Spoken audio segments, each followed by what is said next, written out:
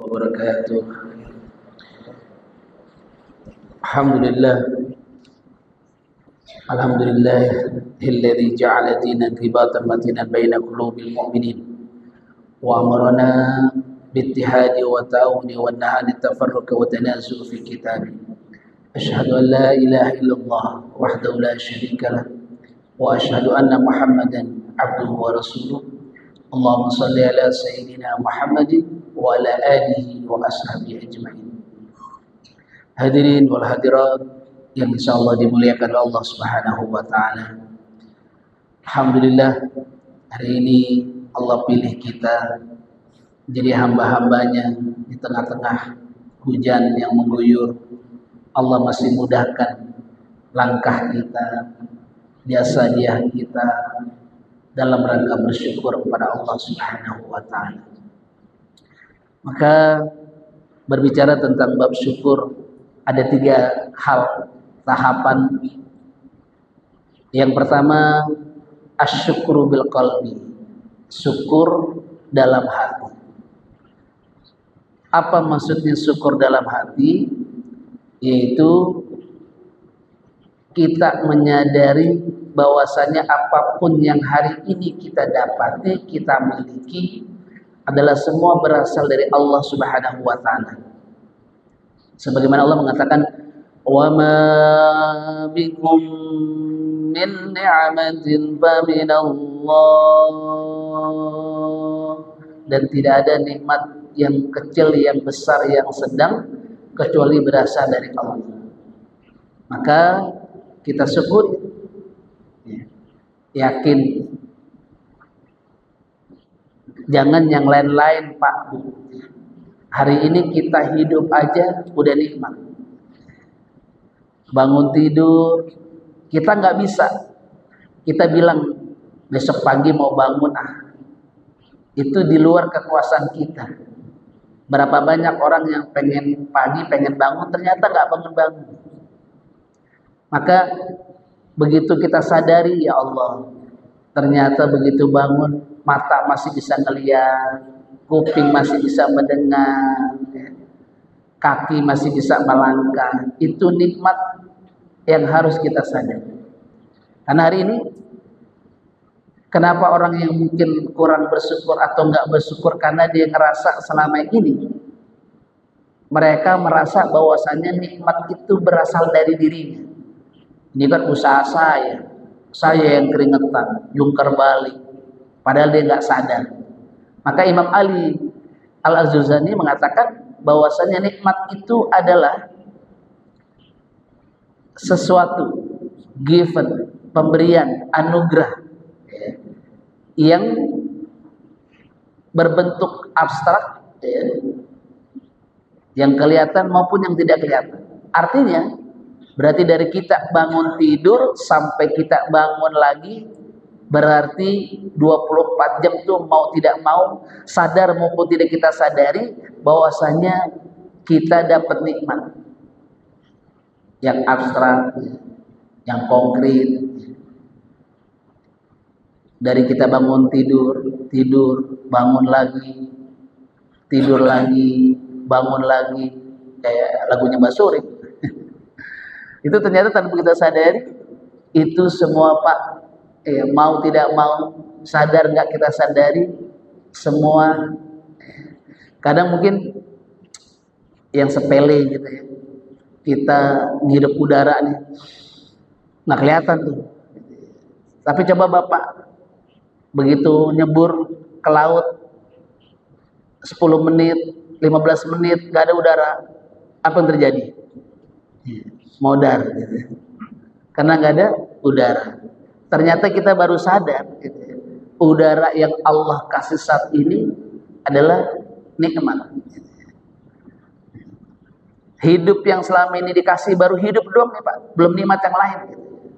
Maka ada 2, amwal, ampus.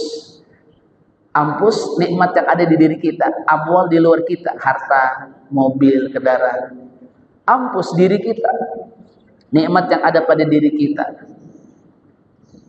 Kita punya duit nih Pak hari ini 1 triliun, dikasih duit, tapi nggak bisa ngelihat, nggak mau kita. Mendingan nggak punya duit tapi bisa ngelihat. Kita baru sadar betapa nikmat itu. Wa ma bikum min ni'matin faminallah. Maka kenapa kita disuruh bersyukur?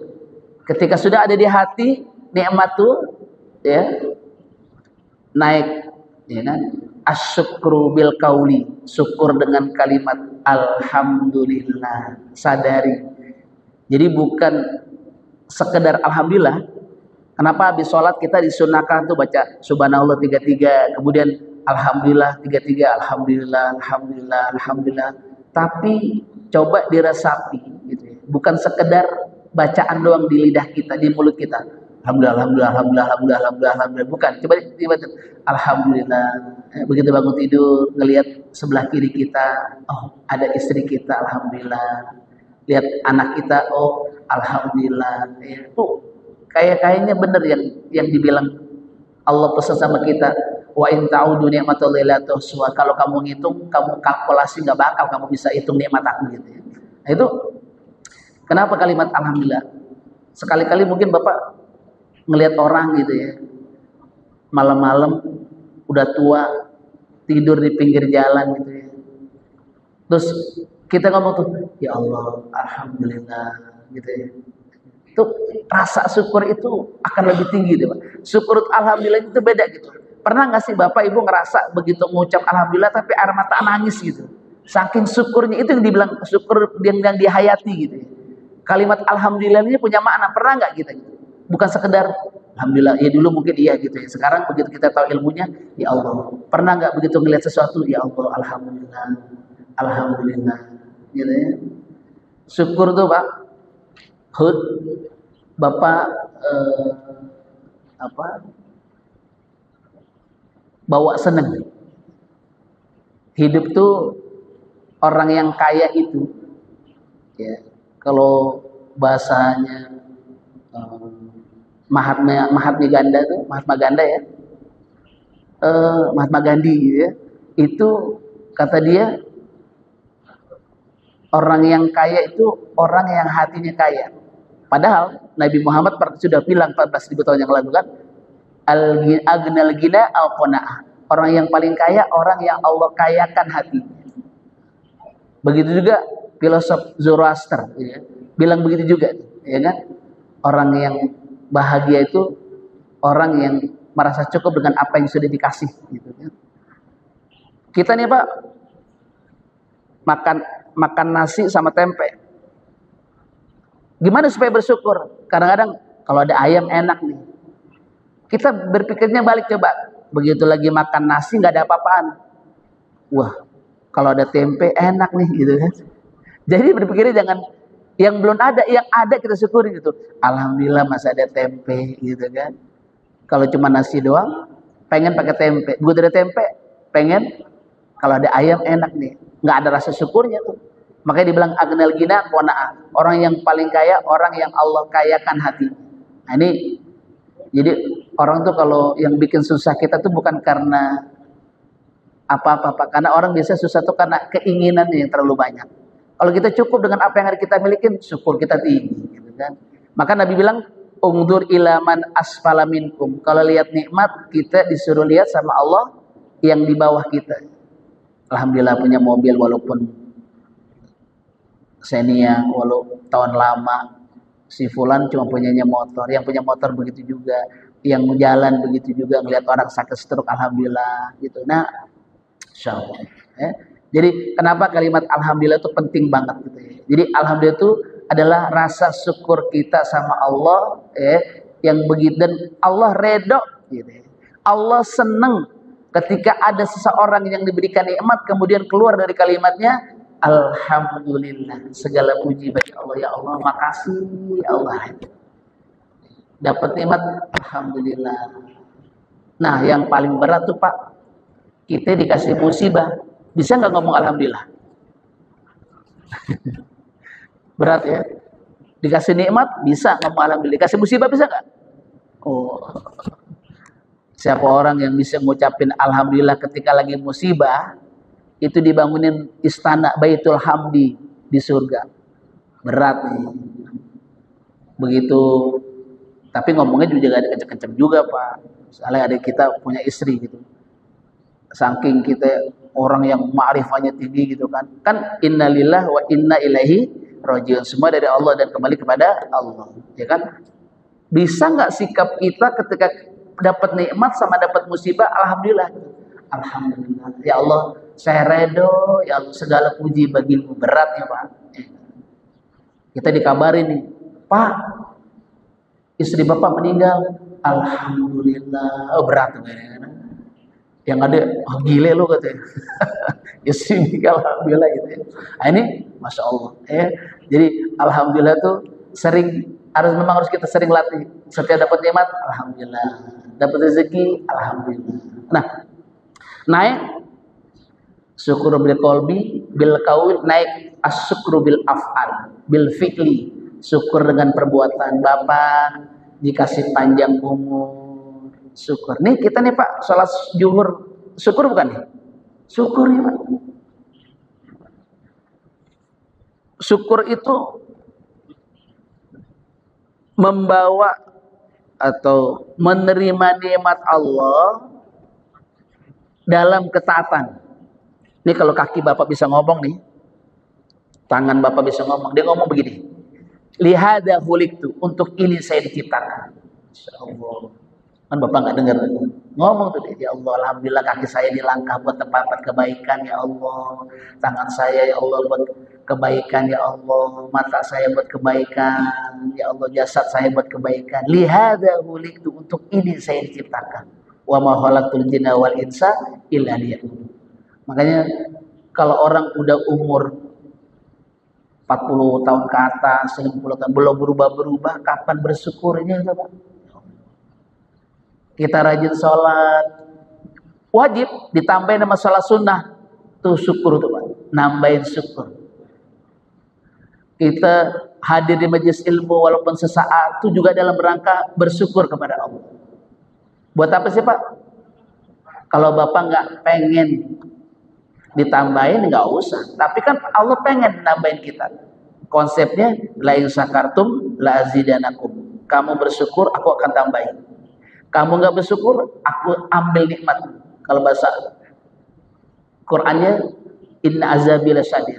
Bahasa gampang kita, kamu bersyukur, aku tambahin. Kamu nggak bersyukur, aku ambil nikmat itu. Berapa banyak Pak? Orang yang dulu sehat, ya, masih muda, kita dikasih umur nih, udah jangan maksiat, cukup dah. Kita dikasih banyak duit, kemudian kita bersyukur. Cara syukurnya apa? Ngebagi.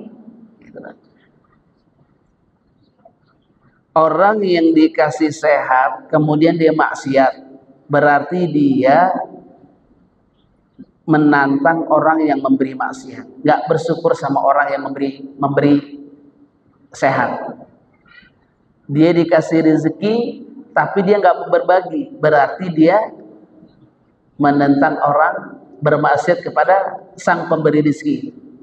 Maka yang terakhir, kalau Bapak nggak pengen diazab sama Allah, ya, hidupnya nggak kebelangsak, kata orang Betawi, konsepnya cuma dua. Kata Allah, ma yaf'alullahu bi'azabikum in syakartum wa amantum. Ma yaf'alullahu bi'azabikum, sekali-kali kamu nggak bakal apes, nggak bakal diazab, nggak bakal kebelangsak hidup kamu. Dua konsepnya Pak. In syakartum wa amantum, bersyukur sama Allah yang pertama. Yang kedua, amantum, kau beriman kepada Allah, taat kepada Allah. Kalau kita jalan ini syukur, dikasih anak bersyukur. Cara syukurnya gimana Pak? Cetak dia jadi anak yang soleh dan solehah, ini amanah Allah, itu syukur. Dia kasih rezeki sama Allah, bares sama orang, fakir miskin yatim, itu bagian dari syukur. Jadi kalau orang dikasih nikmat, dia tidak memanfaatkan nikmat itu, berarti dia hianat sama sang pemberi nikmat.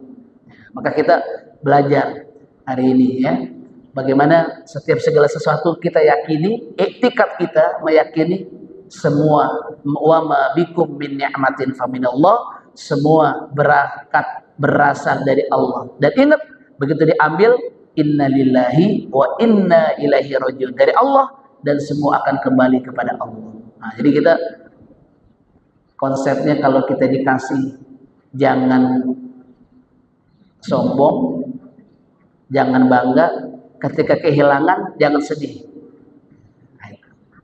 Ya, baik, itu saja. Mudah-mudahan kita jadi pribadi yang bersyukur.